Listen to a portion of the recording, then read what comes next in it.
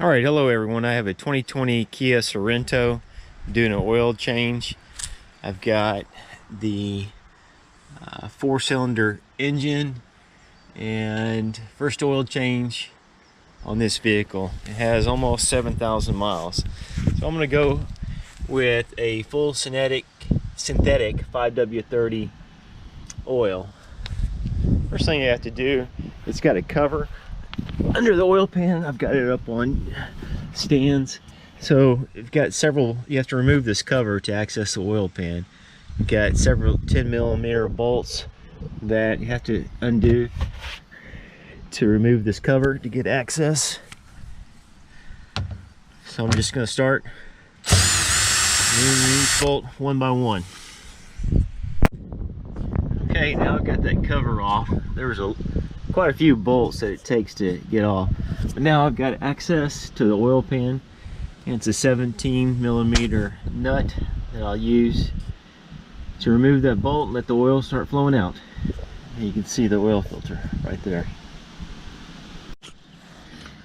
All right, so I removed the nut, got the oil flowing out. I'm gonna let it drain for a while. Okay, so I got the oil drained. Now move on to the oil filter.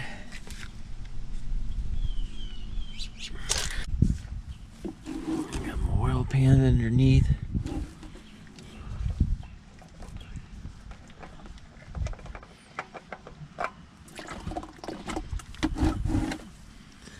My alignment was pretty good, catching most of the oil. I've got a new oil filter, and I put a little bit of oil around the rubber seal. I'm ready to install it. It's still dripping, so I'll let it drip for a moment more. Okay, I put the new oil filter on, hand tighten it, and then I do a quarter turn past hand tightening.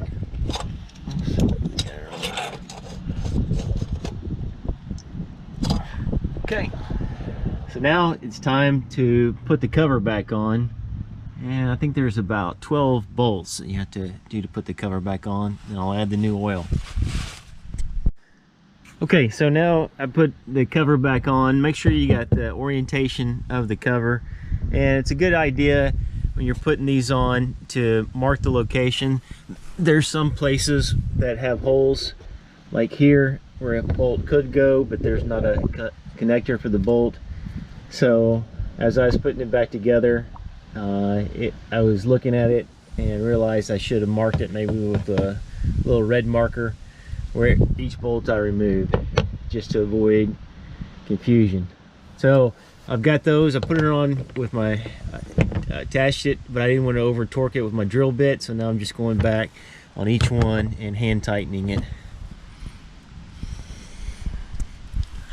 Okay, so I've done that. Now I'm ready to add oil. And then not only doing the oil is important, but recording it. So I've got a logbook, a maintenance logbook that I keep for each vehicle. And every time I do some maintenance, I write it down. Okay, I'm adding the oil now. This is one of the last steps I'll do. Okay, so there we have it. I'm just about finished now. Put the cap back on, crank up the engine, check the oil level, make sure everything looks good using a dipstick. The whole job took about 15 minutes. I've got my used oil over here and my tools and accessories. It wasn't bad. The hardest part probably was removing the underbody carriage to get access to the oil filter and the oil pan.